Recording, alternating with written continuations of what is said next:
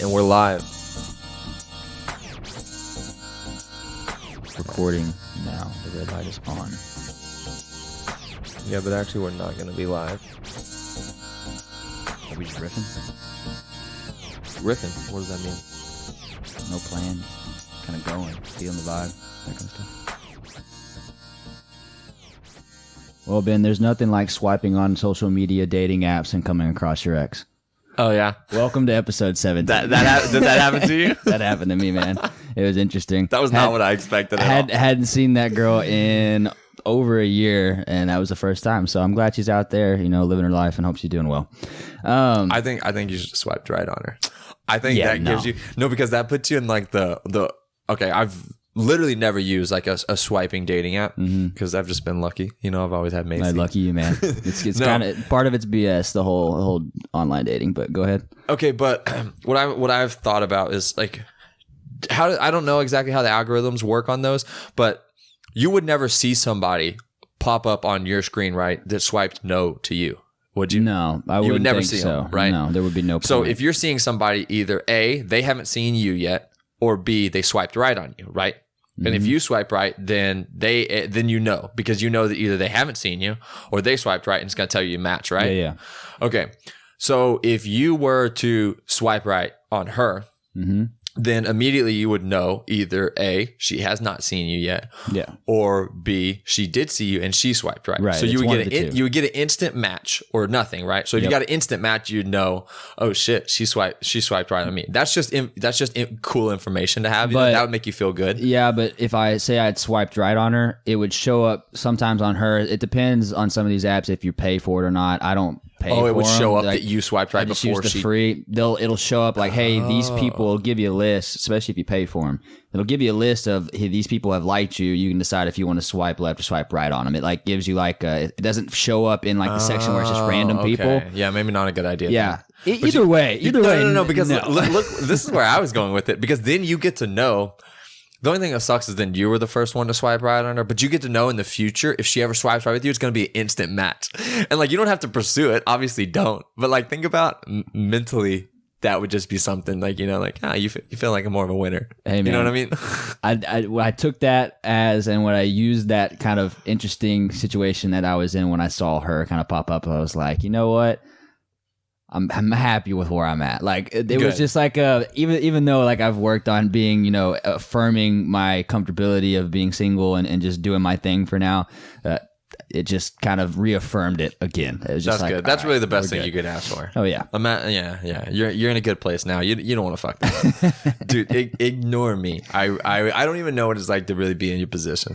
Hey man, and another funny thing that happened with that whole like the late girl leaving a note. From a girl that I met a year ago, so like, it's just one of those things where it's like, I would rather, pursue something like that than go down that road ever again. Do you want to tell that story or no?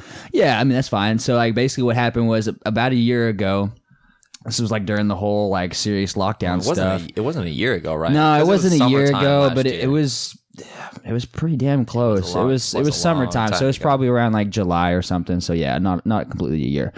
And so we were all hanging out at the pool. You were there. A lot of our friends were there, and I kept kind of veering off because there was this really cute girl that like I had introduced myself to her, and we played like a game of beer pong together and stuff. And then y'all showed up, and so like obviously she has my interest, and so I keep kind of like going over to her and talking to her. And later on, when we were all hanging out at the pool, I ended up giving her my number. We'll never hear from her, so it's just one of those things where it's like, all right, well, cool. We've all been there. You move on. The one that got away, you move on, right? Yeah. And so that happened a while ago. Well, we all hang out this last weekend, and there was this conversation about us parking in this certain parking spot. If I got to get a parking ticket, maybe, but 20 minutes later, they don't require a parking ticket, so it's a chance we took. And so we all go out that night, and then I wake up the next morning. I'm going to get breakfast. I'm leaving my apartment, and I'm walking up to my truck. I see a piece of paper stuck, where a ticket would normally be. I'm like, damn, I got a ticket last night. I guess I didn't notice whenever I was driving home that it was sticking on my windshield.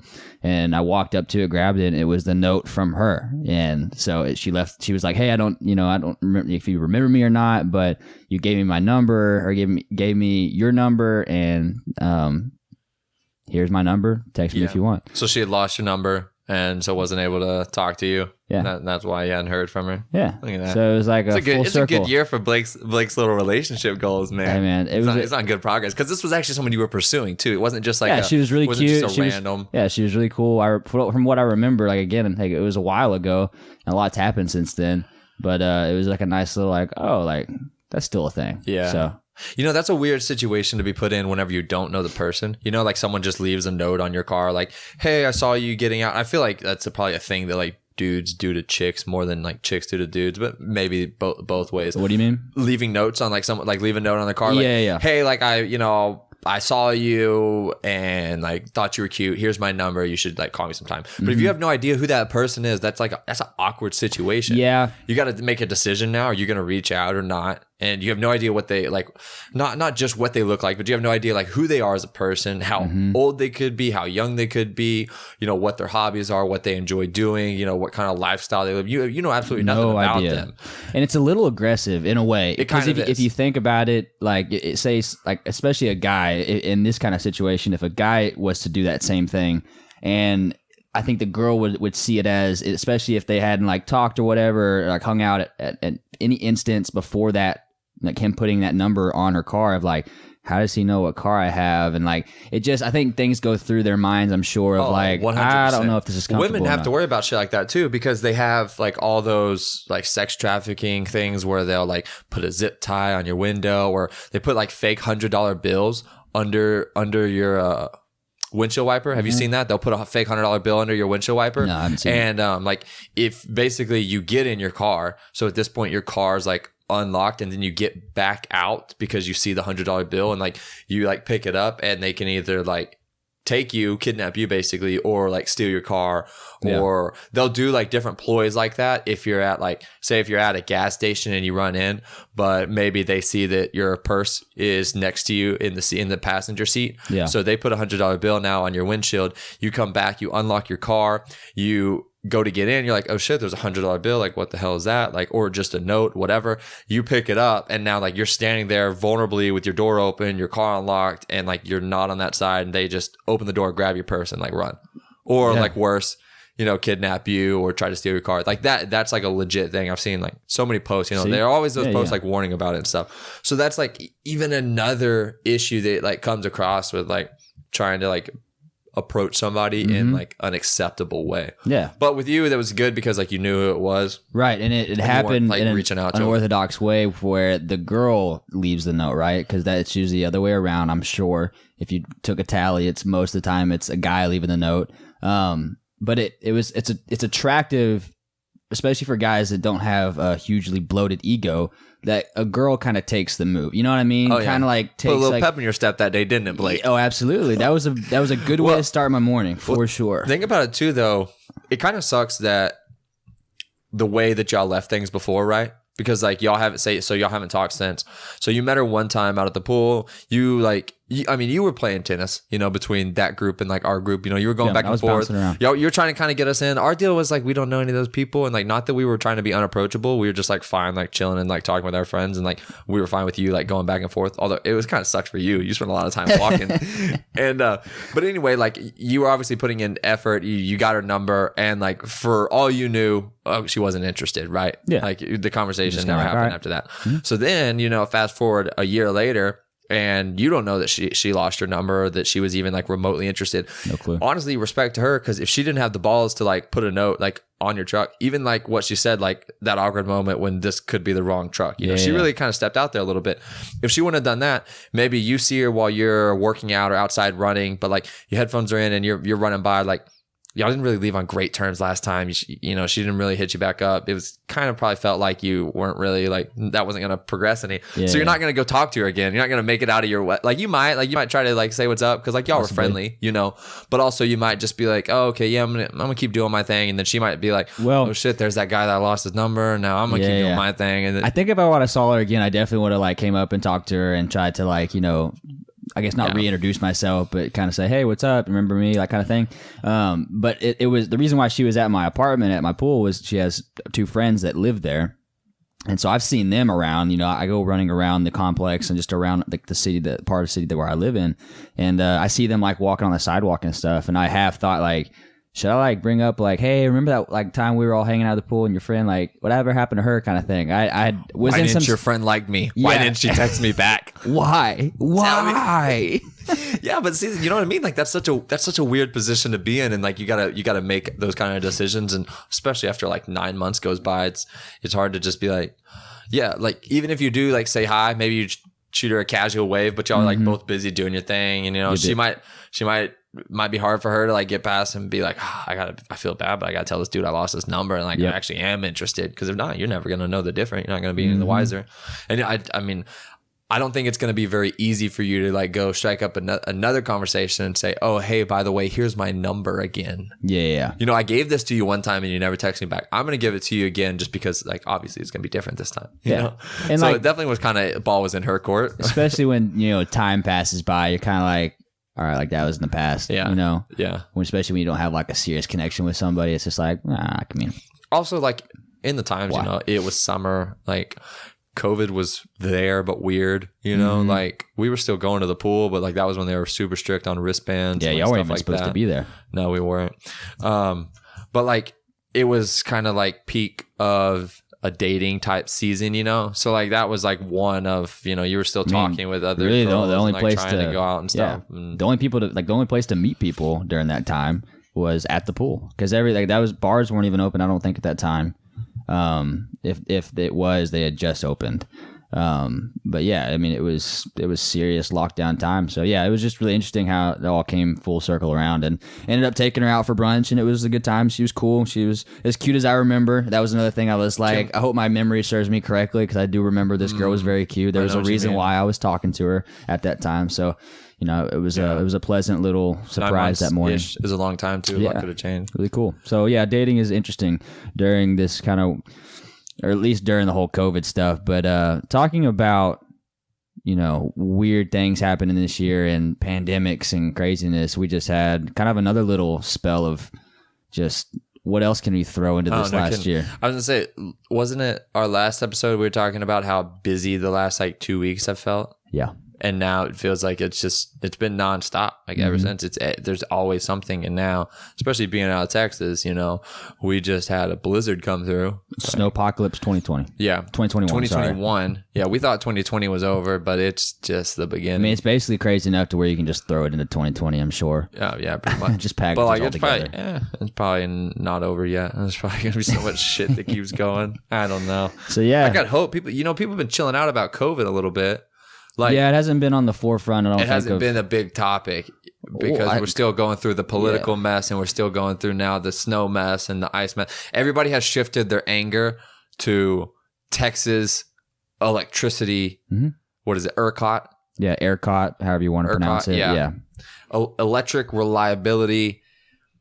It's basically ERCOT, Council of Texas. It's a council. It's a board of people that have a reason to be there on that board, and which a lot of them have stepped down since then, I believe. Dude, I heard that they took all of the advisors' names off the website because they were getting so many like death threats and shit like that. Mm-hmm. And they either fired or they quit, or they said, hey, basically, you're relieved of your position now. Don't you want to leave here? Gave them that little nod and wink of the people that were like, there was apparently non-Texas residents on there. Really? I didn't pay attention to who was on it and stuff. I didn't either. So it's been kind of crazy because everybody's like talking about it, And this is one of those things, right? Something major happens that we're all affected by, at least like people in our close circle, we're going out and catching back up with friends. I'm talking to family members. I'm talking with coworkers. I'm talking with everybody, and everybody's like kind of in the same boat. They've all been affected. Yeah. Well, they all have their opinions on things, and everybody's heard something and has built up, their idea of what went wrong and how it should have been fixed. Yeah. Everyone's got their opinion, and they're all just so eager to like share it, which I'm totally down with. But like, I'm not an expert on this. And honestly, like, who do you know that actually knows anything about how Texas's electric grid system works, how ERCOT ERCOT functions, how, where do we get our electricity from? Are we getting our electricity from solar panels and wind turbines, which is like, I have a little bit of information on that just because it came up in a podcast I was listening to. Yeah. But you know what I mean? So everyone's got all this information they want to throw at you, but like no one really knows. Everyone just scrolls through fucking Facebook and Twitter and builds up an opinion and then wants to push it on you. It's the same thing that happened with COVID. It's just you're word vomiting your opinion because whatever stress or things going on, people feel like they need to share something with people, and then it depends on who you are and how you handle it. But like people like me and you maybe would share information that might be true, might not be true, whatever, but we're just sharing it probably just to share it with somebody. But other people try to share that kind of information to be informative. Yes, to be that person is like, hey, this is what I know, and this is true, and my opinion matters. Like I feel like you should think the same way I do. Yeah. And try they don't explicitly say that, but you can tell by like their body language and stuff. Yeah. And so like here's a good example. My boss, he's a very informed person. Yeah. And like I really respect him a lot for that. Like he does a good job of staying informed. That's something I've been working on too. Mm-hmm. So I genuinely enjoy like having conversations with him. And I haven't had conversations that have come up yet that have put me in this position, but eventually there may be like conversation where like I disagree with something he says. And at that point now there's a hierarchy, right? To the levels that we are. He's the boss. I'm the employee. Not that I think he would take offense if I said, "Hey, man, I disagree with that," or "No, I really think this was the issue." Yeah. But that's not a conversation you want to have, No. And this kind of relates back to like politics. It's not casual conversation you want to have in the office. It's not workplace kind of talk. I would rather not. Yeah, me neither. But like the way my boss is he's very informed and he likes to share knowledge, and not in like in a pushy way, but not in a way that I want to sit here and disagree with him. That's just not what the kind of conversation I'm trying to have. So luckily, it's not aggressive. It's not. Yeah. Luckily, I haven't came across that. But like, I've been in that situation before with other people, and I'm like, man, like, I disagree with what you're saying, but I'm not going to spend the time to argue with you because I know that you think you're right, and like, I just don't think you're right, or maybe I know something that you don't know, but like, I don't really want to explain that. Like we've all probably been in that kind of situation before, and you're just like, oh man, like it's I don't know if this is necessarily gaslighting or not, and I know what that term means, and it's kind of used in a different kind of situation when you're talking about like people talking to each other, but it's like, say like I have an opinion that's wrong and I'm trying to convince you about it, and then you rebuttal back with maybe some facts that that contradict what I'm saying, and then there's this kind of argument going on about who's right, and then basically what I do is I turn it on you to make you seem like you're the aggressive one when I was the aggressor first on like trying to spit facts at you or trying to share my opinion and getting mad because you don't see it the same way I do. It's basically flipping it on. So people do that as well, where it's like, even though maybe you try to stand your ground, and then you might walk away from that going, what the fuck just happened? Like, why do I feel like I was the wrong one there? It's a weird kind of thing that people can do, and people do it all the time. And it's basically flipping that aggression, making you feel like you were the one that kind of blew it out. I didn't even start this. It's like, whoa, like, if I was having that conversation with you and I was being aggressive at first with like my opinions and what I was sharing and trying to convince you, and then I basically gaslight you, I flip it on you to make it, and then I'm like, whoa, dude, hey, chill out. Hey, like, chill. Like, no, wait, you like, chill out. you chill out, like, and then it just goes from there. So it's a really tricky thing. God, what the hell is that? But you can sense it, right? You can sense when people are trying to share information, whether or not they're. You probably know those kind of people before. Well, like before, a lot of engineers are like that. A lot of engineers are like that. So in our field, it's a big deal. I learned this. I learned this literally before I started engineering school, because my dad was an engineer for a company that contracted out to different contractors, and I worked for one of the contractors that would win the bid sometimes. And so a lot of the construction workers I worked with knew like, oh, your dad's like the engineer on like such and such project that maybe they had worked on in the past, or we were going to work on, or whatever.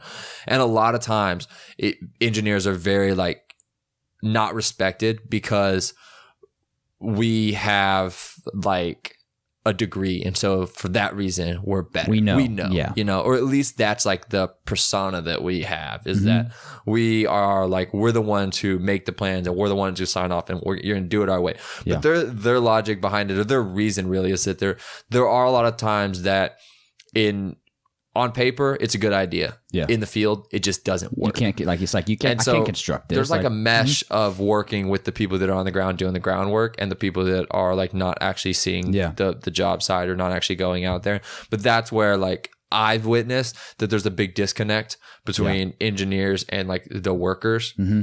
Well, like like you were saying though, basically it's like we're a lot of times thought about like this is our way and you're going to do it our way. Basically, like you don't have the chance to tell me like what I did wrong because I'm right because I have the degree, which is not how you and I and like, or at least I hope not. And like a lot of people I know are not like that, but I do know some people. I've worked with some people before that are very.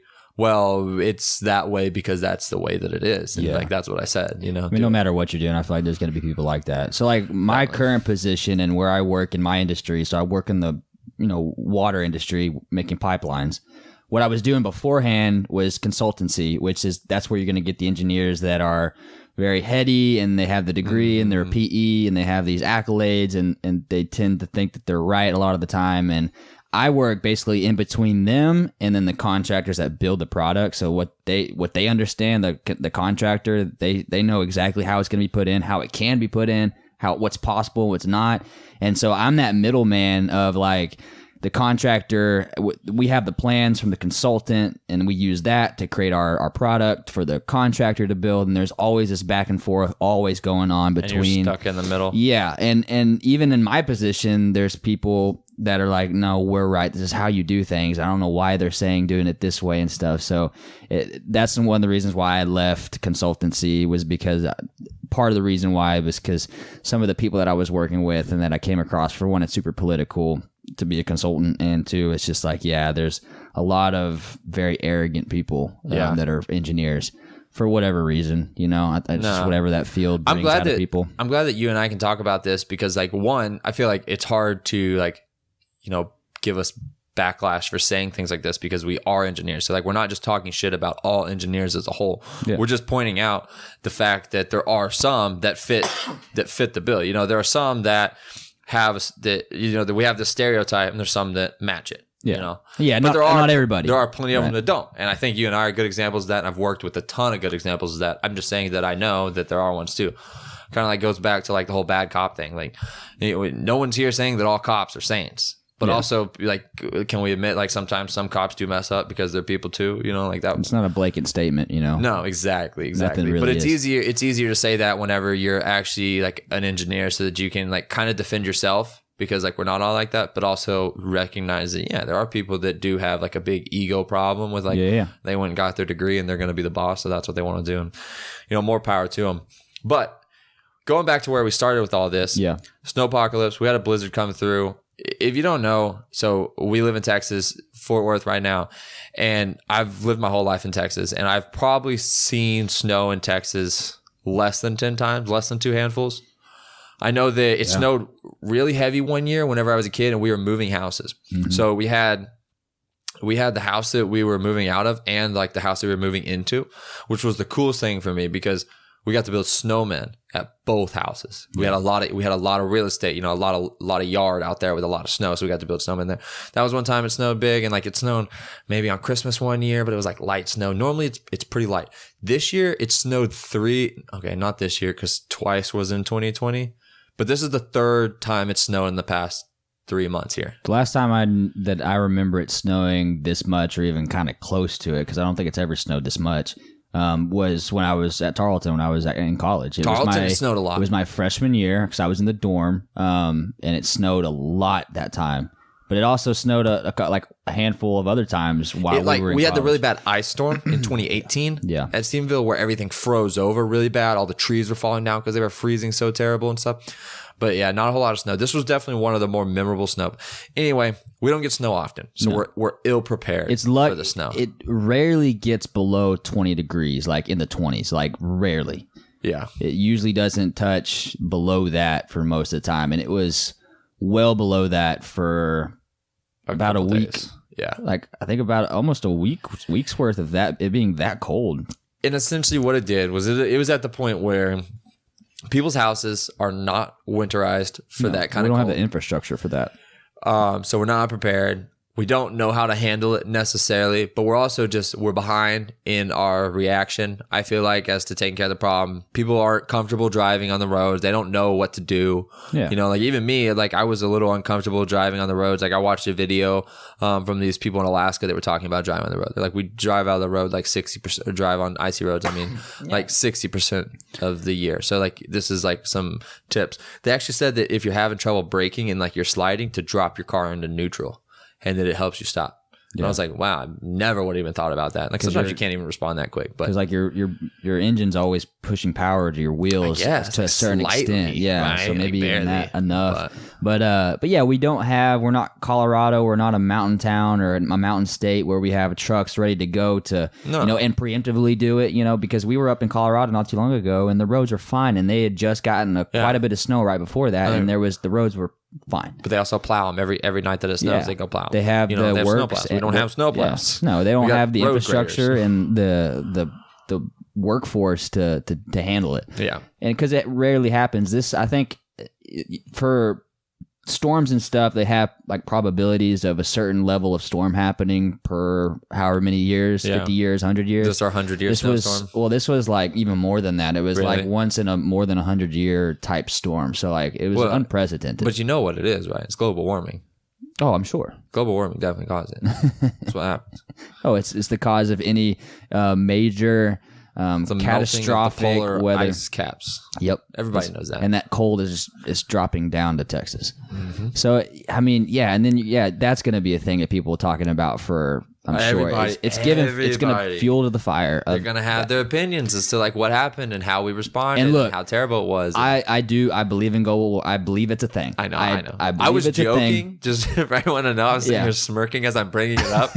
I do think that we cause an impact on our environment and our atmosphere. That's what humans do. I'm not a fucking scientist. Who's to say that it was if this was going to happen regardless? Whatever. Who knows? But it was a very intense weather event that happened. Something that we weren't prepared for. Actually, what happened with me, and this was a viral thing that a lot of people around the country heard about, was the wreck that happened in Fort Worth, right next to where I live. So the wreck started all of it, right? The wreck was on Friday. It was right at the very beginning, before any of the ice storms like really came through. Well, the roads were icy. It was the first morning. Yeah, roads were icy, but there was no snow or anything. Yeah, they weren't bad icy where I was going, because that was a morning that I got up and went to the gym.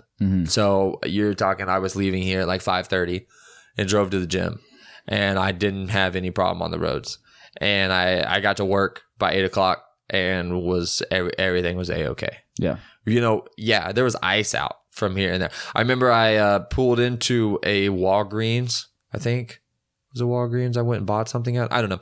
Pulled into a parking lot though, and I slid, and I was like, oh, some ice right there. Where water built. My experience, the road was pretty slick because I was driving to work, and so how I leave, because I live downtown Fort Worth, and the way I leave is that I pass the on-ramp to that express lane where that wreck happened. So basically what happened was it was in an express lane. Yeah, it was on a toll road, so it's closed. There's barriers on each side. It's so people can't just swerve in and out, because you have to pay to go on that kind of thing. And so it's usually pretty closed and pretty, restricted. And there's no shoulder or anything. And I remember going to work and passing by that on-ramp, and there was a truck there blocking it, had flashing lights and everything. And I was like, oh, that's kind of weird. I remember thinking that. But I had no idea that wreck was like currently happening at that time, or happened right before that, because I left at like 6 a.m. And so I'm on my way to work, and I knew like the weather's supposed to be bad, but I didn't know it was supposed to get that bad. And or else I probably would have stayed home. But I was driving to work, saw like 6 wrecks along the way of cars like that just slammed into the guardrail, or just slipped into the side of the ditch or whatever. There's about 6 of them, all kind of in a row. And then I'm going over an overpass. So I'm on the highway. There's a road that goes underneath the highway. So I'm basically going over a bridge. And everybody knows that bridges, ice is usually a thing on them because the air gets underneath it, cools it, and it just creates ice easier. And so I'm going, and I'm on the most left lane. And so I'm on the most inside part of the road. There's a concrete barrier, the lane that I'm in. And then right next to me, there's another lane. And there's a car that like had spun out, was facing the other way, but the way the road is, you kind of don't notice it until you are right there. There's no like chance of you kind of noticing, oh, there's something wrong. I should probably go around it. Yeah.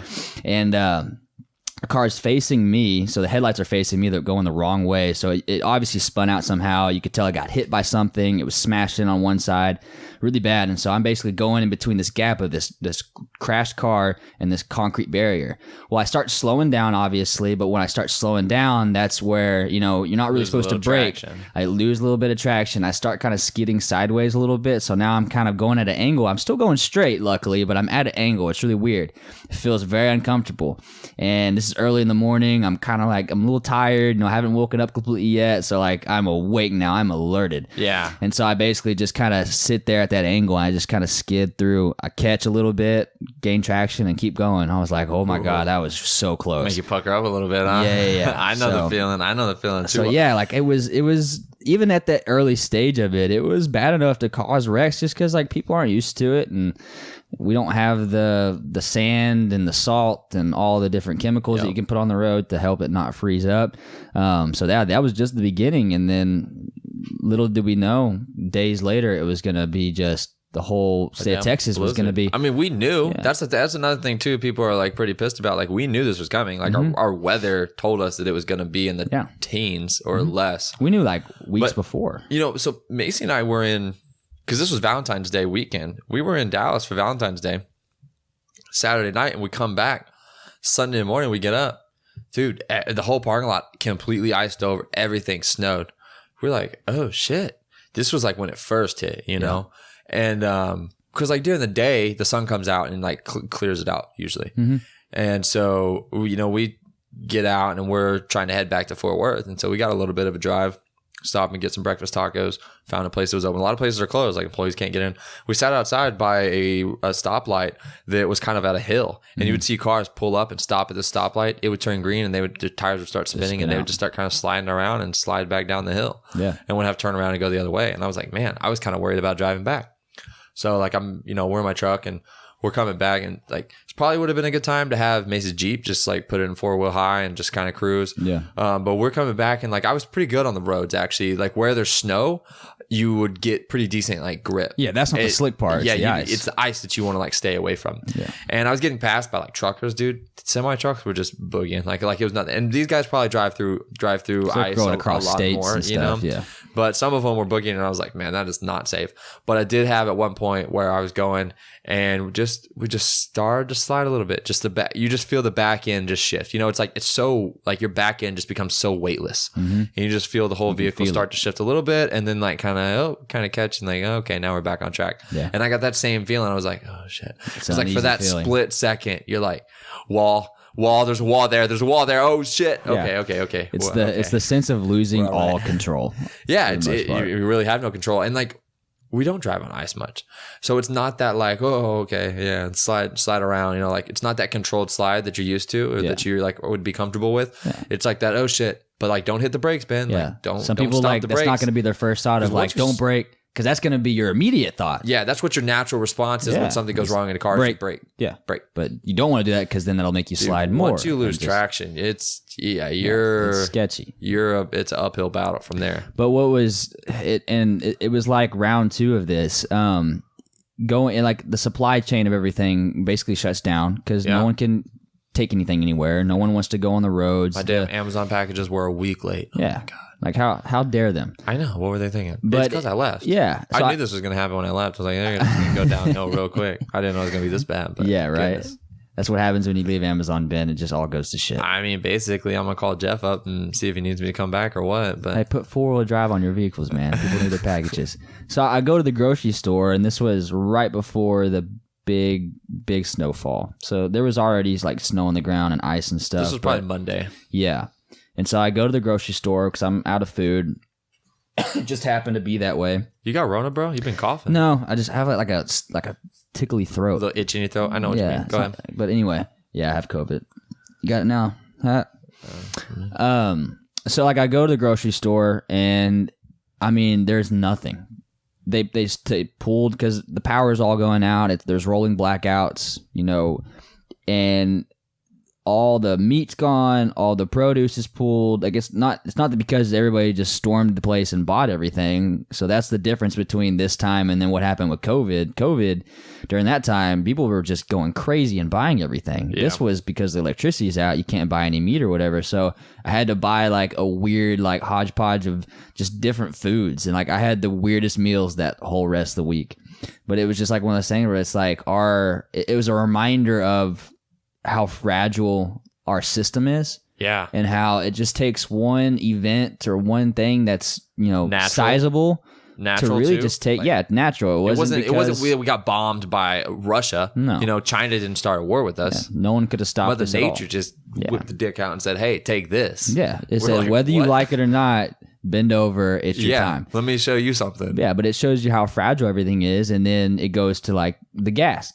Starts getting affected. I remember. Luckily I had gas through this whole time. That was just by chance. But I remember you going out and like you were gonna go get gas, and you had told me, hey, I finally found gas at this one place because there's a lot of places that had no more gas because the trucks couldn't take it. Then only reason I knew about it is I talked to Barry. Honestly, I wish we could have got him on this episode and talked to him just about like what he experienced working at Buc-ee's in Denton, because essentially was he working there the whole time? Yeah, he still went in. He got rides because he didn't want to like wreck his car because he just got it out of the shop. So he was like catching some rides, but yeah, he was still going in as much as possible. And Buc-ee's was a store that was still open, and so basically what he was telling me was that they were still open, but they were quickly running out of gas. Yeah. Because you're talking, this is a company that is getting truckloads of gas every day. Yeah. They're getting truckloads. There's always a truck there filling up their tanks or whatever. Exactly. And their gas is coming from, I don't know, Houston probably, something like that. And they're not able to get out of Houston. They're not able to get up here. So they're not able to bring gas. So that was the problem with all the gas stations, is that it's not that there was a gas shortage. So we were out of gas. And people also are freaking out, and so they're getting more gas. So like then we even run out of gas even quicker. But another thing is like they were one of the only like places open that had food. And so he was telling me that literally they had like an assembly line of like him, who he's a manager, another manager, like the deli manager or something, and maybe like another worker. They were just like in a line, basically had chopped brisket sandwiches, just cutting brisket. Barry would like load it up on a bun. The other guy would like put it in foil and set it out, and they just had a line of people that was just picking them up as soon as they would sit them down. And they went through all the brisket, they went through all the pork, they went through all the sausage, they went through all the turkey. They went through all the meat they had, just basically putting it out as quick as possible, and the line was never gone. Literally just person after person just ready to take whatever they could get and get out of there, because people were not prepared. But like another thing is, you can be prepared. You can have meat in your fridge and your freezer. But if you don't have electricity and you have an electric stove, well, that doesn't do you any good, I was sitting in my apartment, and it was probably because I lost power for about 12 hours. What day? Honestly, I can't remember. Tuesday or Wednesday? Those days all kind of bleed together. It was a weird week. Yeah. So yeah, it was towards the beginning. So yeah, it was Tuesday, I believe. Monday or Tuesday probably. Yeah. And so, I had just gone to the store, right? Was able to get food, luckily. And I put it in my freezer, my refrigerator. Well, now my power goes out. It's like 11 o'clock at night. I'm sitting there, and I'm on my phone, but I have the TV on and stuff in the background. And then I just notice it's off, and like I don't know how long it was off for, but like I was looking at my phone. I go, I don't remember turning the TV off. I was like, oh, I just lost power because nothing was on. And so I go like, I'm like, damn, like that sucks. And I don't even think about the refrigerator and the food. And like I'm like, all right, well, I guess I'm just gonna go lay down and go to bed. And I go to bed, and I'm sitting there. I'm like, oh, damn, my food. And so I go, and it like, that was probably an hour. And that hour, the refrigerator was already pretty warm. Really? Like, yeah, it was fairly, it was still cold enough to keep that stuff in there, but it was fixing to not be. And so basically my balcony was my new refrigerator, because it was like 10 degrees. Yeah, the benefits of it being cold. Yeah, that you just take your stuff out there. But there's some stuff that you don't want to freeze, and you kind of have no choice. But no. But so I had to just take it out there and leave it out there until my power came back on the next morning. And so, yeah, it was just like a really interesting situation to be in. And it, again, shows you how fragile the system is. On the flip side of it, though, now that we're back to normal, everything's thawed out, and we're having beautiful weather, and now we're back up to 70s. Beautiful. It was 80 yesterday. Yeah, it was like 80 yesterday. So welcome to Texas. Mountain bike riding yesterday. Yeah, it was beautiful. So beautiful. So perfect. Sunny. Oh, my God. And short sleeves and shorts literally till sunset. Yeah. Like it was so perfect. But our system bounced back, right? most places have gas now. I didn't have a problem getting gas. Water's still an issue in like parts of Houston, I think. Yeah, with just because everything freezes, and then once it thaws, all those busted pipes, then they become apparent because Flooded 3 offices at my work. Yeah, so Which I'm saying that's a big talking after effect that happened. Yeah, and I'm saying 3 offices out of like we have like 10 total. Yeah. Like it flooded a good part, like a lot of damages from a little bitty pipe that bust, little copper pipe adapter that froze and luckily I don't think any of me or any of our friends, man, we were very lucky. Busted pipe. We were very lucky getting through it. We lost electricity for maybe 3 hours. Y'all we didn't luckily, dude. y'all and let me tell you, we lost electricity for 3 hours. It got cold. Like it got cold quick. And I was like, holy shit. People were going days without it. Dude, my grandparents lost electricity on Saturday. The first Saturday before it hit here, they were out in Midland, lost electricity on Saturday and got into a hotel and stayed in it all week because they still didn't have electricity. My parents had it They were lucky to get in a hotel. My other grandfather on my mom's side, they live out in a very country town. And what's the word I'm looking for? Rural. Yeah. And basically, whenever he lost electricity, he's got COVID right now and has been feeling like shit, hasn't been eating hardly, lose electricity, is not a very insulated house, and is bundled up and lost electricity for like 2 days before my aunts and uncles were able to get to him and get him out. My parents tried to go, and their cars couldn't get out of the driveway. I was going to take Macy's Jeep and go down there and get him, and which would have been, I mean, it's like a 2-hour drive without snow. It would have been sketchy, a lot of back roads, very icy. It was not a trip I was looking forward to make, but I was going to go get him. But then he gets out of that, gets home, still feeling terrible, goes back into the hospital again, and now they tell him, he's got pneumonia. So he's got COVID, pneumonia, no electricity in his house.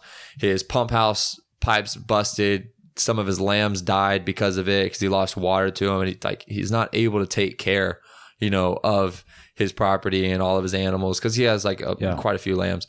And so dude, it was rough for some people. I know my boss. And look, I saw this on Twitter that people were saying how the fucking, the rich have it set up where they were still able to get electricity and they're shutting off electricity in all these poor communities and these poor neighborhoods, and these people are the ones suffering. Look, I'm going to tell you right now, it's not true. Because we're out here in the fucking back of the ghetto hood and we had electricity the whole time. And my boss that lives in one of the nicest neighborhoods in Dallas, one of the most expensive, was without electricity all week. Yeah. And for some people that don't know, these massive blackout rollouts, those were planned. They weren't random. They weren't sporadic. They were done on purpose because our electricity grid was over, whatever you want to say. It was over capacity. The demand was so high. It was so cold. Everybody's trying to turn on their heaters now. So the demand was way too high. We lost a lot of electricity from what I understand. Look, I'm no expert and I've literally just learned a couple things just trying to keep up with the news, listening to podcasts, things like that. But from what I've understood is that we lost a lot of renewable energy because solar panels were covered in snow, wind turbines were freezing up. But we also had water lines going into nuclear power plants that froze up because gas they weren't as well, too. Winterized. We had gas lines freezing. We had, I think it was more in North and South Dakota that were having some issues too, but they were having coal plants that are coal power plants that the coal was freezing so hard that they couldn't get it separated and onto conveyor belts to bring it in. Yeah. It wasn't that, the Green New Deal and we're putting all this money towards solar panels and they're fucking worthless when it snows. It's stupid. That wasn't it. It wasn't that. That played into effect. Yeah. But our entire system has flaws that we need to work through, and be more prepared. But a lot of it, we just weren't winterized. We didn't spend the additional money to set it up to be able to withstand a winter like that because we didn't think that was going to happen. No, and I'm sure that there's going to be lawsuits. There's going to be, people are going to be resigning and firing and quitting, and there's going to be a change of hands at ERCOT and all that. I'm sure will happen. But at the end of the day, man, there's not just one thing to blame. Yeah, it was such a complex We all got thing. Caught with our pants down here, and we weren't ready because we're fucking Texas and it doesn't snow. No, hardly. And it's always going to be a finger to point, and there has to be, right. We feel like we have to point the finger at somebody, whether it's right or wrong. Yeah. And so there's going to be people that are sued and entities that are sued and people angry and wanting money. One thing that's going on right now is are the who's going to pay for it, right? who's going to cover the cost of this high demand that happened and just stuff like that? Well, they're thinking that it's going to roll over onto the taxpayers, the residents, the people that pay electricity. And so that's going to be something that people are going to have to figure out, whoever that is, government or Epcot, whatever. I want to say Epcot like it's like at Disney World. yeah. It's not Disney World.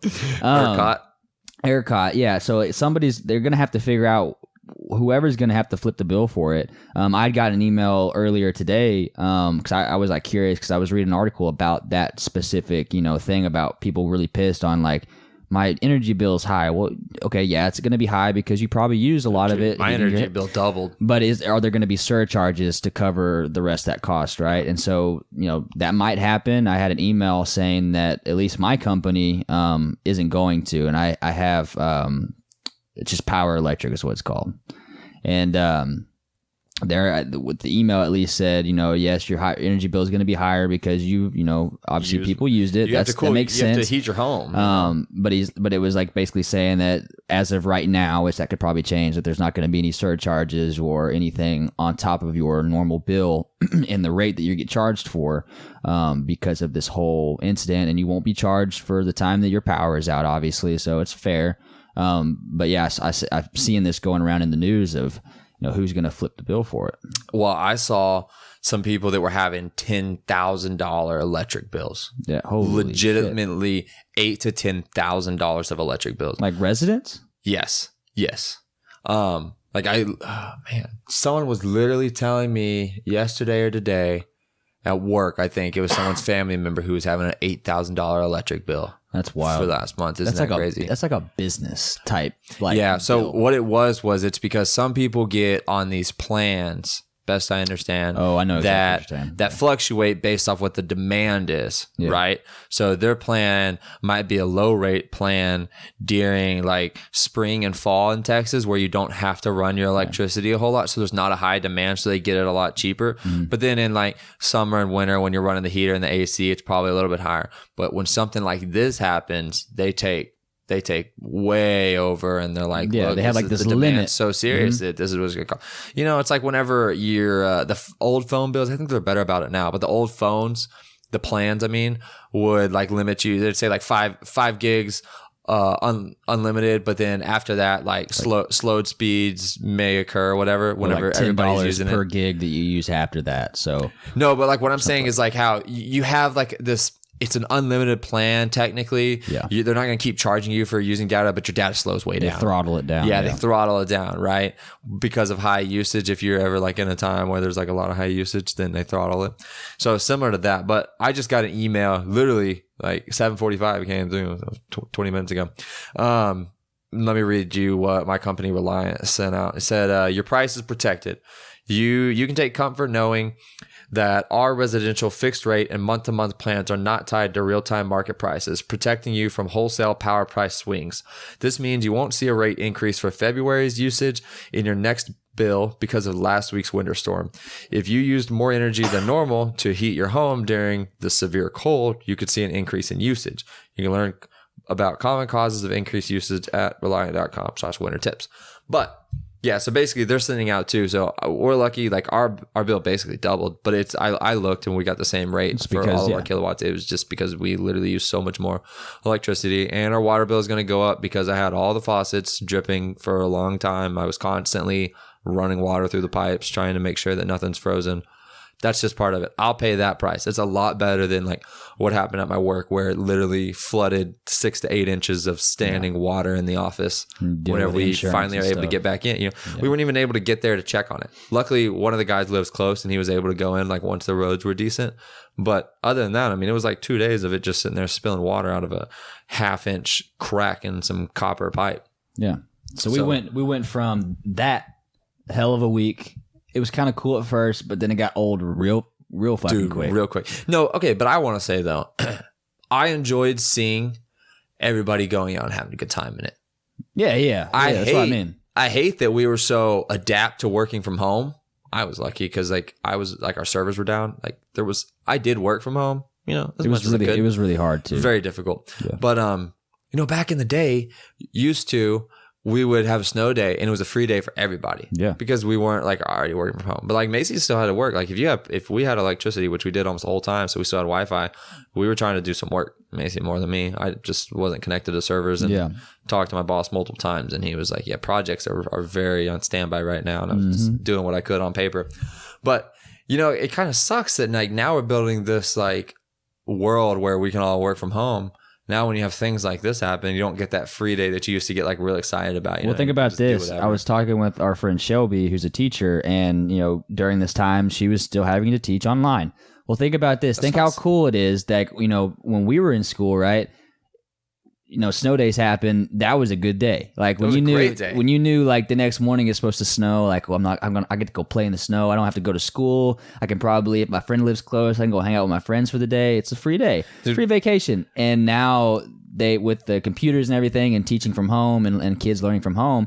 Well, now I don't know if they get that option, which sucks. Johnny, you know, that sucks. Go to school and get back in class. Yeah, that sucks. That's what I'm saying. That really sucks. I remember when we were at Tarleton. I'm pretty sure when Stephenville iced over, the first thing they sold out of was beer. Everybody was like getting together. Where's the party at? Yeah. I have distinct memories of my friend Bert. She was driving in her car, which is a little front wheel drive car, and we were trying to make it up a hill. We were leaving a party, and like she was our DD, I think, and we were all drunk. And me and my friend Zeke, we were at the back of the car pushing it up this hill. I was wearing leather soled boots, so I'm just like sliding all around. You know, you've seen those like TikToks where they're like just sliding like everywhere. Dancing almost, but they're slipping almost. Yeah, falling. but we were at that like drunk stage where we weren't like belligerent, but like. It was kind of fun, and we were just like pushing this car up this hill, and finally like got out and stuff. We had such a good time whenever it snowed over, and we didn't have to worry about class. We had a week, I think, that our final exams got pushed back because of the snow one time. It pushed back into our Christmas break, I remember, but it was basically a week of us just like getting together, especially if you live on campus. And we got tubs out, and so I had ropes. Like, you know, like a cowboy rope. And we had some tubs in the rooms. I don't know where we got them from. And so we went and roped behind the back of a truck. We attached it to the ball hitch and sat in the tub or on the tub's lid. And we just went out to one of the big stadium parking lots and just basically pulled each other around on that sled. So me and my friends were doing it for a while. And we were doing donuts and stuff. And we were using Zeke's truck because my truck at the time was in the shop.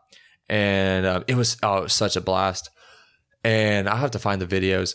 And, you know, just having a good time. We go back, we like eat dinner or whatever. Well, some of my other friends were like, oh, I want to do that. Like, that's cool. And this time it was like Trevor and them. And we're like, okay, well, like we'll go back and do it. So we go back and we like get set up out there. And there's like a cop like kind of down the way across the street sitting in like a parking lot at a gas station. And there are other people out there doing this, you know, like it's not like we're the only ones. We've been seeing people doing it all day. Yeah. So we're like, all right, yeah, let's do it. Get out, get all hooked up. And of course, like I'm the one driving because growing up, we would like ride the 4-wheeler and stuff, especially if it snowed. Yeah, same. And our 4-wheeler had like really bald back tires for a long period of time. And we would have tall grass too. Like regardless of snow, we'd have like kind of tall, thick grass. So I'd go out there and do donuts. Like I could do I could drift this 4-wheeler so well. The slick tires. So it was like, yeah, it was like natural to me to like counter steer and like drift and like get through it. So like I was good at doing donuts basically. So I was the one driving in the truck, even though it wasn't my truck, but like I was the one driving the truck kind of doing donuts and like we were going a little fast. Tokyo drifting? Yeah. And so like, but you think about like how fast you're going drifting and then that person is just hanging onto that rope, just sliding on ice. And I mean, we were booking it. Like I slid too, like Zeke drove and I would get behind it and slide. Like we were going fast, or at least it felt fast. Anyway, a cop sees us, comes over here and dude, this cop is just a dick. You could tell he got out of the car. You know, he pulls over in the parking lot, turns his lights on. Everybody like ditches. And we like stay there because like, you know, we had people that were pulling behind us and there was a fucking cop obviously pulling us over. Yeah. And so we all get up. We're like, hey, officer, what's going on? And he, dude, just comes up straight hard ass. It's snowing outside and he's wearing a short sleeve shirt. And he's like standing at the window, blah, blah. What's going on? Oh, you can't be doing that and blah, blah, you know, just being a dick. So very cool guy. Yeah, he was not. And I'm like, dude, I was like, man, I totally understand. I'm sorry, officer, you know, like our bad. You're right. You know, it could be dangerous. We thought it was good, safe, fun, better than being on the roads or out like doing drugs or drinking. You know, I kind of threw that in his face a little bit. Like, you know, well, we just thought there was a lot worse we could be doing. Be doing a lot worse, huh? Yeah. So, you know, we were just out here having a good time, man, thinking he's going to let up on us. No, this fucker gives me a ticket. It was a city ordinance citation.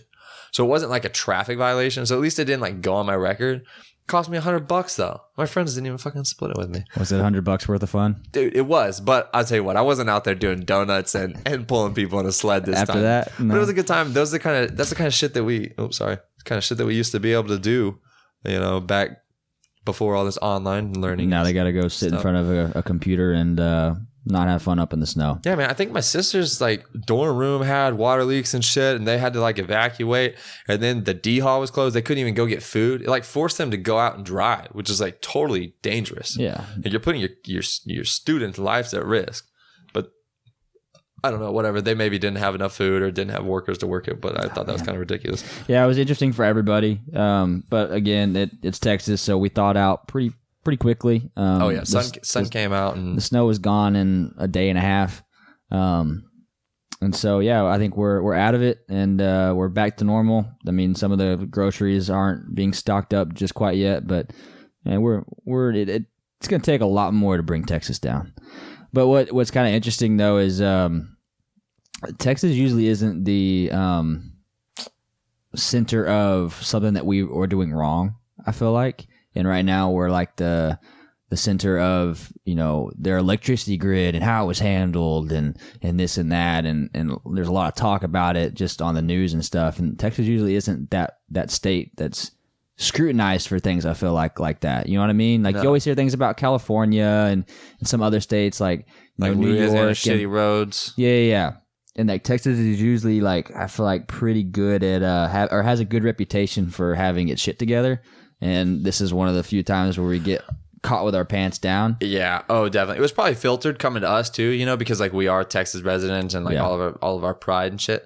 But yeah, definitely, it's one of those things we're not used to. We're not used to taking this kind of heat or this kind of cold.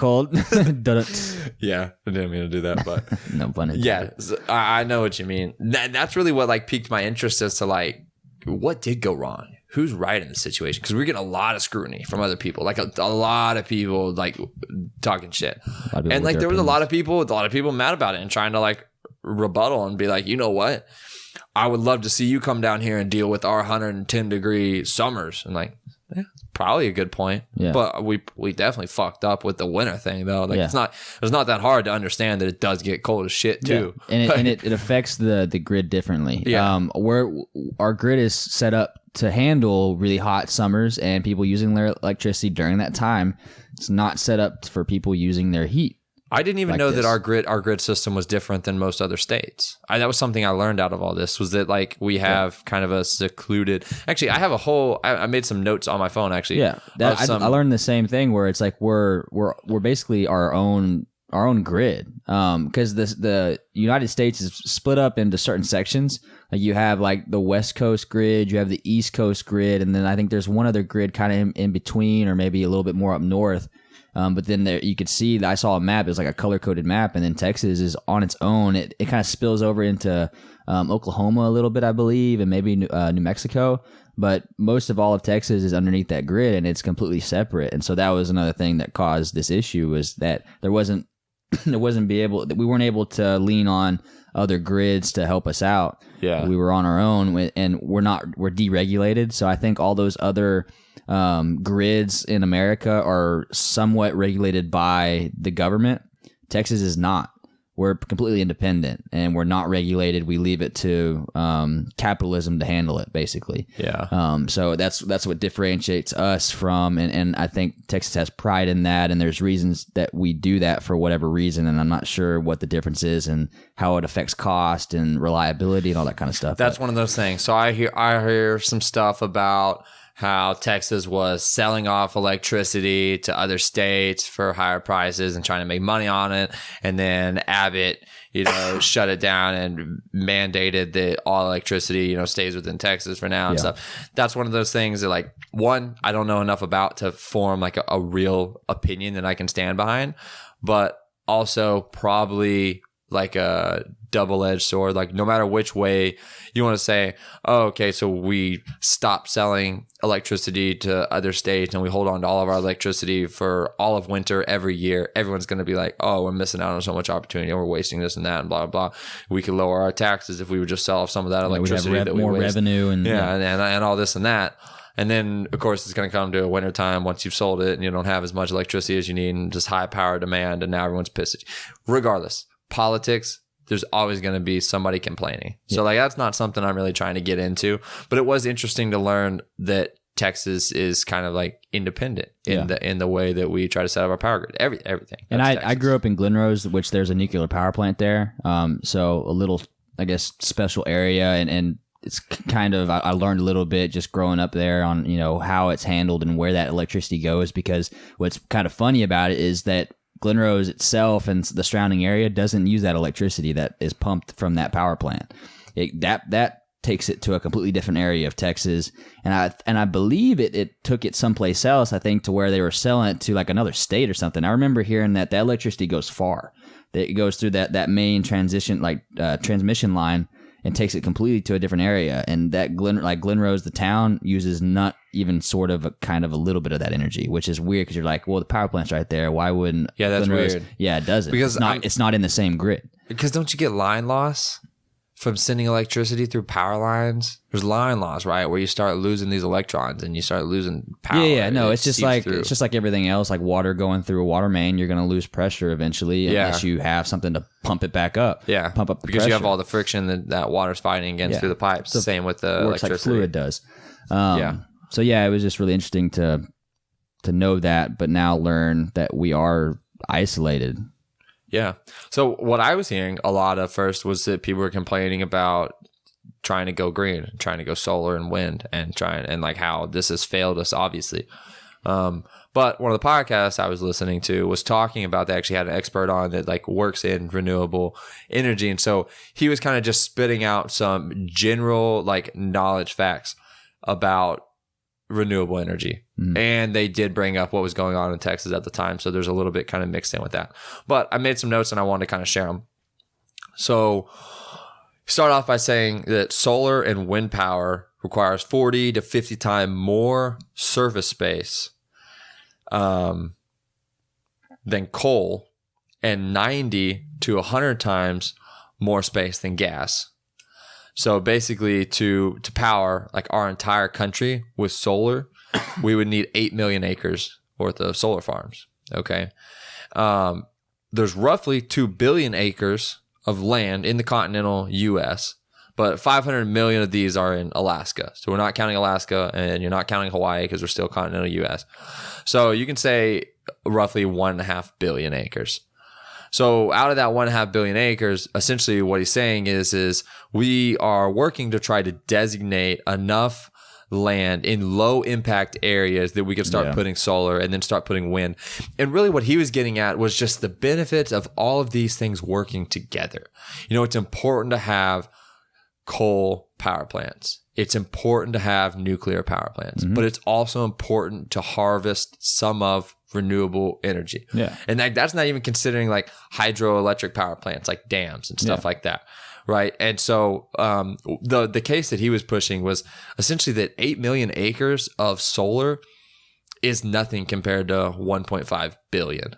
You know what I mean? Like that's a drop in the bucket. And what this guy's working on doing is working on finding land that is low impact land that they can put these like solar panels and wind farms up at basically. So it's like, it's government land that a lot of it's probably going to be hunting land, stuff like that. A lot of it's going to be like very far secluded parts of national forest. It's like West Texas, it's flat. It's all farmland. It's not pretty. There's nothing there. A lot of it is BLM when you get out to like New Mexico and stuff. Yeah. That's all just Bureau of Land Management. It's just hundreds of thousands of acres with nothing on it. Very windy, it's very windy. It's great, very sunny, not a lot of shade. Yeah. And there's just like kind of roaming cattle and livestock and wildlife on it and stuff. So why not use that land for good use? Yeah, but he also made the case of like, look, you do see it in times like this where the solar panels get covered in snow, the wind turbines freeze up, but they also have solar panels and wind turbines that are winterized and ready for that kind of weather. It's just a matter of like putting it in and having that available. And it's a higher cost. Yeah, of course, it's what's a higher cost effective, but it is still cost effective for the sake of when you're going to be able to use them. Now, you have one winter storm a year. No, it's not cost effective. Right. But that's also why we have these other resources to get electricity. And then, of course, I'm sure being able to tie back in with the rest of like local grid and being able to work together as a country, we probably could do a little better too. But I thought that was something interesting as a way. Like a lot of people were using this as a case to push back against different types of renewable energy, because a lot of people are complaining, saying, look, you're shutting the oil industry down, and yet your fucking windmills out here aren't spinning and your solar panels are covered up. Yeah. Okay. Yeah, true. But let's diversify our location a little bit more. Let's get more of these renewable resources out there and really start harvesting more of this electricity and this energy, and like actually put it to use in these kind of cases. It's like investing, right? It's like you're not going to put all your money that you're investing into one stock, because what if that stock tanks? You're going to lose all your money. No, you need to diversify and cover your losses with the gains in other areas. It's the same thing with energy. Yep. Can't put all your eggs in one basket. And for the people that are saying like this was an issue with the renewable resources, it was just as much. Actually, it impacted, I think it affected more of the power plants that were nuclear power plants and coal power plants, and natural gas power plants were affected more by this particular storm, and a lot of times by these winter storms for these systems that are not already winterized and prepared. I wonder if it affects nuclear power plants, because I know they use the water to cool. The to create steam, basically. Yeah, the cooling towers and stuff, and the water going in was frozen on them. Like all this played into effect of why we were having such an issue with getting power. Now, I also heard, I don't know if it's true or not, but I heard like that ERCOT was saying that we were like 4 minutes away from a complete blackout. Yeah, I remember seeing that, which is wild. But it's like, is that true? Like, was that true? That's one of those things that, like, maybe somebody said, and somebody else said it, and somebody else said it, and then it got across and passed around. I don't know. Yeah, but that is something that I heard. A couple other things like he specifically pointed out about what goes wrong with each of the power plants is that natural gas lines freeze going into the plants. Coal piles are frozen so hard that they can't get the coal moved inside the plant because they use these conveyor belts to put it on, and they can't break it up and get it on the conveyor belts because it's frozen so hard. And that the water cooling systems in the nuclear plants all freeze due to not enough insulation and not winterized. So all that just shuts down basically all of our power plants. And then, of course, Texas has a grid that doesn't connect to the rest of the country the way the other grids do, because independence and whatnot. So, yeah, it's a mixture of all kinds of, it was a clusterfuck, right? And no one was prepared for it. No one expected it to happen, or, at least for the mass of people, didn't expect it to happen. And two, the people that control that and have a say in it relatively to the whole population of Texas, just in general, it's very small. Like, for the people that make those decisions on, where a power plant's going to be built and, all that kind of stuff. So it's like, what can most people do? Nothing. Right. Yeah. So I think kudos to those who took advantage and got out there and had a good time in the snow. Yeah. I saw a lot of people on the mountain bike page that I'm part of that were getting out on the mountain bike trails and biking in the snow. I was a lot like, of that's Texas cool. skiers and snowboarders came out with a lot of Texas skiers and snowboarders hopped out real quick. Yeah. And there was a cool video of one of the bike trails that I go to. Actually, one of the stewards that works out there took his snowboard out and he was going off the jumps and stuff. Nice. It was impressive. Nice. I was like, wow, he's getting some air and having a good time. So I'm glad that we were still able to make the most of it, those that could, but definitely tragic for a lot of people. My current event story was actually going to be that there was a 11-year-old kid that died from it. Him and his family were forced to stay in their mobile home, try to find warmth, and after being so cold. They were all huddled up together and, trying to get some sleep. And they woke up the next morning and he was non-responsive. Yeah. And people dying of carbon monoxide poisoning. Going in their garages and turning on their cars. Fucking idiots. And then there was where someone brought in some kind of gas, something, using propane, I think, or whatever. People put propane grills in their house. Yeah. Like, how what? do you not know? Like, how do you not know that that's not a good idea? Yeah, that's... those gases have to go somewhere, and it's going to fill your house, and that's not healthy. Like, it's just one of those things where it's like I have empathy for, people that lost their lives during this thing. Yeah, it sucks, and some people might have not had any choice left, but damn, use common sense. I mean, yeah, you were probably freezing. It was probably cold, but at least you weren't dead. Yeah. That's the truth. So it's just like, I don't know. It's kind of weird, but people were forced to do whatever, and some people don't have the knowledge to know, like, oh, I don't need to burn propane in my house in a closed area that I'm breathing. It's just it was kind of weird and interesting, but we're out of it. You think any of that comes from the fact that we like take all the sharp edges off of everything? You know what I mean? Like, as a society, we like everything's gotta have a fucking warning label, and you can't slip on water without a slippery sign that's a lawsuit. Yeah, it's some of that, and too, just some people just aren't educated. I mean, and that's it. I might sound like an asshole, but some people just aren't educated and don't have the knowledge. They don't have the whatever. Like, some people just don't have it, and that's just part of life, and. It's natural selection at its finest, we're raising people in this society that's just full of padded walls, We don't ever let anybody learn the hard way, right?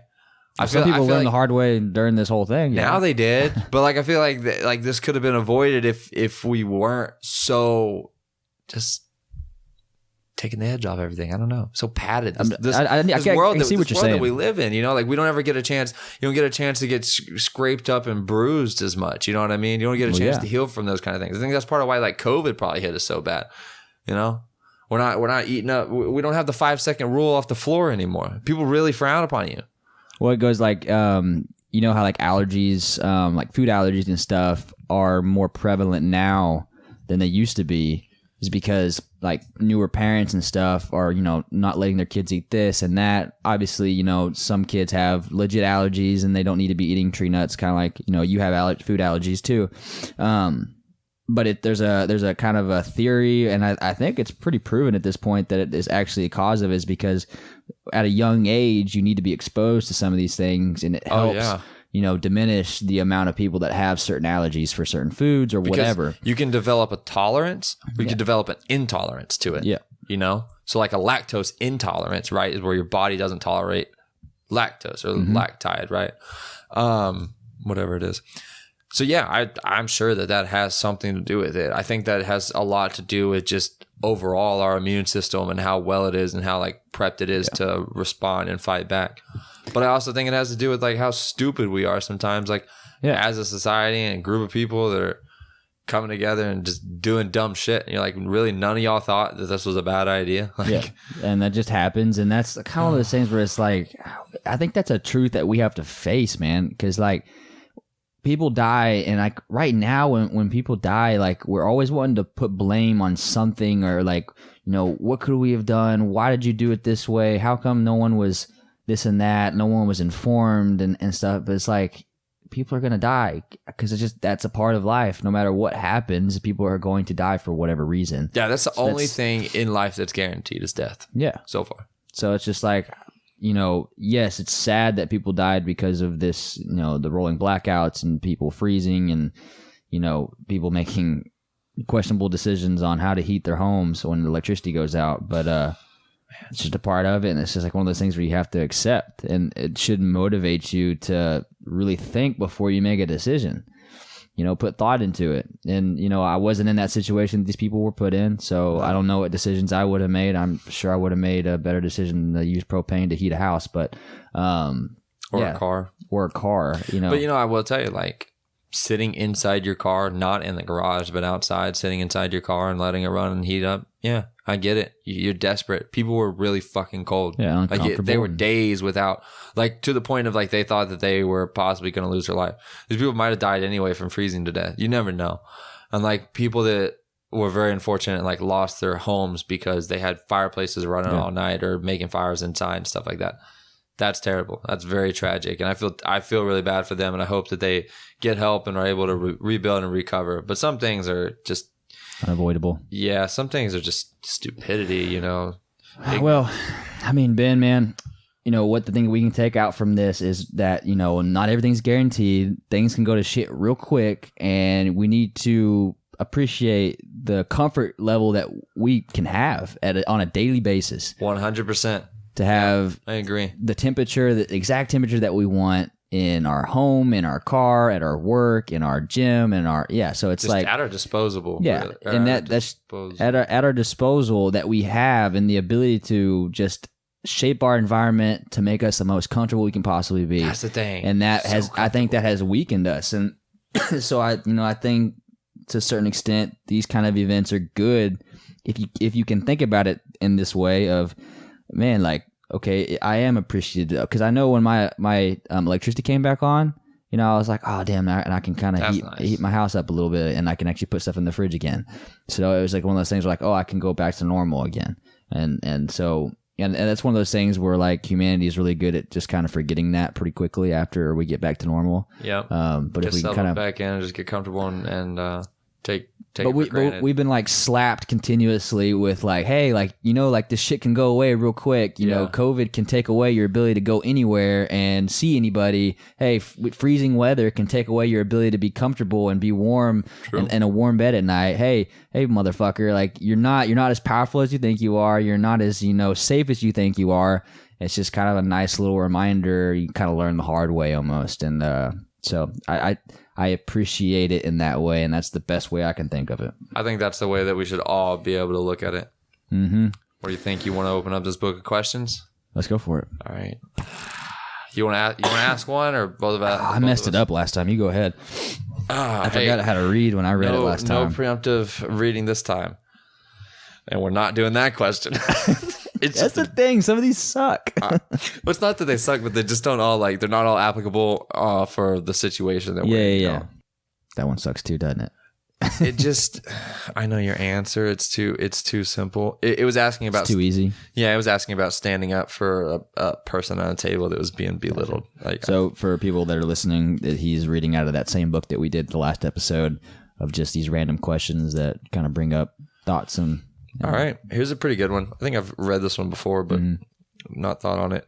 If you knew that in 1 year you would die of a heart attack, how would you alter your life? Oh, dude, there was this came up on TikTok, but it was 1 year versus 5 years. So it's like the same situation, but what would you do at 5 years? Like, because 5 years, you know, if you had 1 year to live, right? You know, I would want to live it up the most that I can.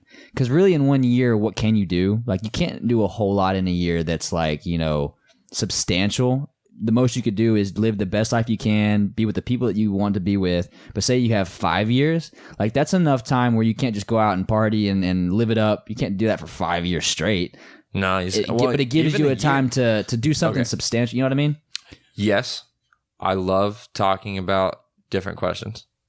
But let's pick one. I'm down with 1 year or 5 years. Well, I'm cool with answering the 1 year, but that was kind of like an interesting way to think about this question. It puts it in perspective as like, you know, 1 year. And the reason why I'm saying this is because it's not a whole long time. Like, I don't think I'm going to, you know, create a charity and I don't think I'd have the time to do that kind of thing. Or like, I don't know, maybe I'm underestimating what you can do in a year. Sky's the limit, Blake. Man. What I would do in a year, man, is I would make sure that I had a chance to do something special with the really important people in my life, whether it be go on a trip or, you know, just even simple things like going out for dinner and just really focusing on being around as many people that I love and I care about and I enjoy being around the most. That one single year that I have left, I think would be my number one focus on how I would choose to handle it. I'd probably quit my job. What would you do for money? I think I have enough to last me a year. Yeah. Yeah. That's what I was thinking. I was like, okay, first, I'm either going to quit, but I'm going to go either change my lifestyle where it's not an expensive lifestyle, but I want to spend this year traveling and stuff. So like that's going to burn through some money. But I need a job that's a little more flexible with my ability to like take off PTO and stuff like that. But it goes back to like kind of we were planning on talking about this a little bit, and we won't go into it because it's a whole topic, and I definitely want to go into depth about it. But it's like, you know, spending your effort and you know, what are you going to spend your effort on? You have to be selective. Teaser for next episode. Absolutely. And so it's like you would really pick and choose where you're going to place your effort. Absolutely. If you so like had a year. You know, starting a more flexible job. Do you want to put that energy into starting that new job and learning the things you need to learn to do that job and get paid for it, versus spending that energy on doing things like, you know, going out to eat with your friends and doing the things that like you actually want to spend that last year doing? So you really have to think about like, because now you have a limited amount of currency, and where are you going to spend that currency? I'm going to take a loan out. I got hella credit. That's what I'm going to take out a loan, bro. And I got like, who's going to be left paying I got for tens it? of thousands. Nobody. Not when you die. I feel like your family members of some sort take care of it. No, it depends on how you set it up. Plus, I'm having hella life insurance, bro. What do you mean? He goes, hey, chill about it. I'm going to set it up the right way. Look, dude, I got hella credit. I'm gonna get a big fat line of credit, and I already got a lot of credit card credit, so I'll start racking that shit up. I'm gonna be bankrupt by my 1 year mark. Oh, I'm yeah. gonna file for bankruptcy for sure. My last check's going to bounce. Like, But I'm gonna buy a car. You know how you can buy a car, and like if you die and you haven't paid off the car yet, then your loan's forgiven. It gets paid off. That's like a thing. I don't know if you have to pay extra, but it's like gap insurance, but for your life, you know? yeah. So yeah, I think that's how I would spend my last year. Is definitely just making sure that I can have the most experiences with the most amount of people that I care about. Yeah. Oh man, it might be a hippie for a little while. Just, you know, get a travel van so you don't have like expenses, you know, put it on a credit card and just hit the road and just travel around and have a good time. Do you want to read one? I think we're good, man. Okay. I got a good one for next time. I'm gonna mark this page. I've been kind of looking through some. All right, guys. We'll see you on episode 18, the next one. And yeah, like we've alluded to, we have some things about, you know, just effort and what we want to talk about just with life and what you put your energy towards. I think it's like a really good topic that me and you can definitely talk about, and I think a lot of people can relate to. Get ready to get motivated. Get motivated and really look deep inside yourself. And figure out who you are. Dude, okay, let me say something real quick before we go. At work today, they approached me with an opportunity to join a challenge, and I'm all about challenges. And it's a weight loss challenge between like 5 or 6 different guys that are overweight, and they want to lose some weight. So it's like a $20 buy-in, and whoever loses the most pounds after 1 month wins. And they're going to start next month. And I told him, I was like, dude, that's just not fair for me. No, because I do want to lose some weight. But I don't have a lot of weight that I can lose as like much they weight. do. They have excess weight. They can start cutting weight quick, and you're talking about a 1 month time period. So I tried to tell him, I was like, look, if you make it a percentage of your body weight. Yeah. So like if I weigh 200 pounds and I lose 20 pounds, which is crazy for a month, but I'm just saying, and I lose 20 pounds, that's 10%. So the equivalent of someone who weighs 300 pounds to be equal with me, they'd have to lose 30 pounds. That's 10% of their weight. Yeah. So you would say whoever loses the most percentage of their weight, then that person is the winner. I told him I would do it if that was the case, but they are doing their own little thing. Yeah. But well, it's fair to a certain extent. Which I'm not trying to, like, weight is not my goal, right? It's more like physique and also just like ability to, I just want to be capable. Healthy. I just want to be capable of doing things. Functional fitness. Yeah, functional fitness, and I fucking love food. I just love food, man. So I'm not trying to change my lifestyle. I got 1 year to live, dude. I'm eating whatever I want. No wonder I'm gonna die of a heart attack. But yeah, dude, I was like, man, that's kind of some bullshit. But this little part of me in the back of my head is like, hey, man, do you think you could beat him? Do you think? I don't think it's physically possible though. But what a win that would be. It would be. Dude, like just hit a hella diet, lots of cardio. But see, I lost a lot of, I don't like myself when I get too skinny. You know what I mean? Yeah. I'm not in a position really to lose a lot of weight. I'm the opposite, man. But I do think, dude, I think in 1 month, I think 15 and 20 pounds might do it. I don't think these guys are that motivated. I don't know if they got that much kind of workhorse in them, you know? Guess we'll find out. I guess so. I'll keep you updated on that. I might just, I'm kind of just trying to eyeball where they're at and do my own little thing, you know? Just be like, look, y'all grind, I'm going to grind. And we'll see where this goes. I'm not going to waste $20. I just told him, I was like, man, honestly, I would love to do it with y'all, but that's a poor investment on my part. That's a bad decision. Yeah. So. Well, Ben, I think we had our longest episode so far. We Really? are an hour and 22 minutes in. So, but that's what happens when you're talking about real things and having good conversation, man. That's not bad. I hope y'all enjoyed this episode. Please tune in again. Check out some of our other episodes and give us a follow on Instagram, Restless Minds Podcast. Reach out to us if you have topics you want to hear us talk about, just things you like or dislike about the show and what you want to hear next. Yep. And we're working on evolving this show, this podcast into what we see in the future. So there are things to come in the near and far future. Yep. So stay tuned. Stay tuned. Catch you later. Peace.